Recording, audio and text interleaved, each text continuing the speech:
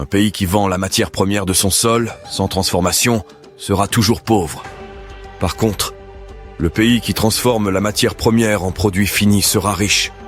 Aujourd'hui, on va parler d'un sujet qui nous concerne tous. Pourquoi nos pays africains, qui regorgent de richesses, restent pauvres pendant que d'autres s'enrichissent avec nos ressources?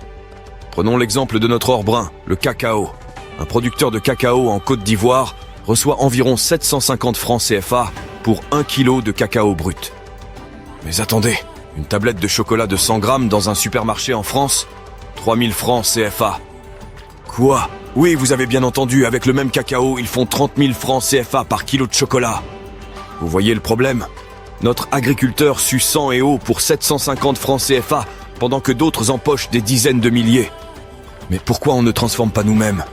Tenez-vous bien, au Japon, ils n'ont aucune matière première. Rien. Mais devinez quoi?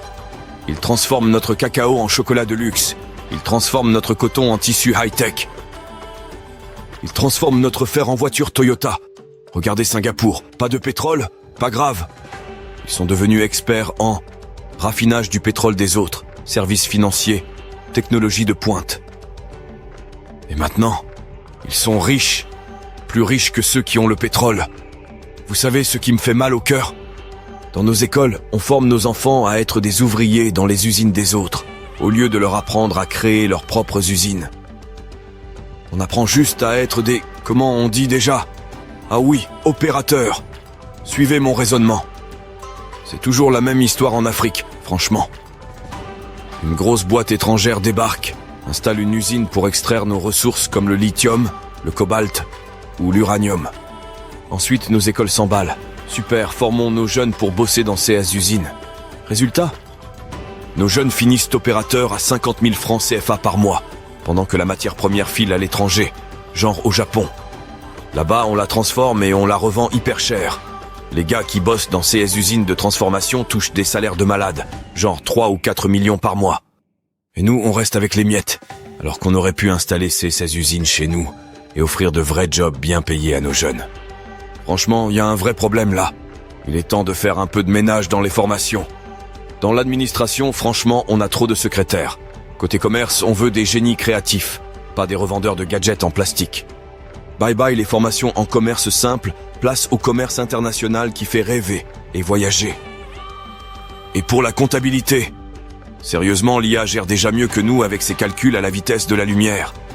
Bref, on upgrade, on innove, et surtout, on arrête de former des gens pour des jobs que même les robots trouvent ennuyeux. Nos écoles devraient vraiment se concentrer sur des choses ultra pratiques, comme transformer le cacao en chocolat, avec tout ce qui va avec. Torréfaction, chimie, et même comment vendre ça à l'international. Ce serait génial aussi d'apprendre à créer des vêtements.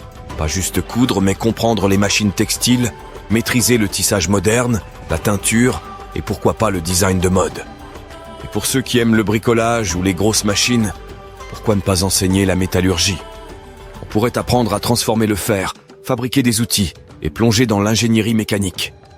Franchement, ça donnerait des compétences utiles pour la vie et pour des métiers concrets. Chers parents, arrêtez de pousser vos enfants vers les filières que vous dites sûres. On a assez de comptables.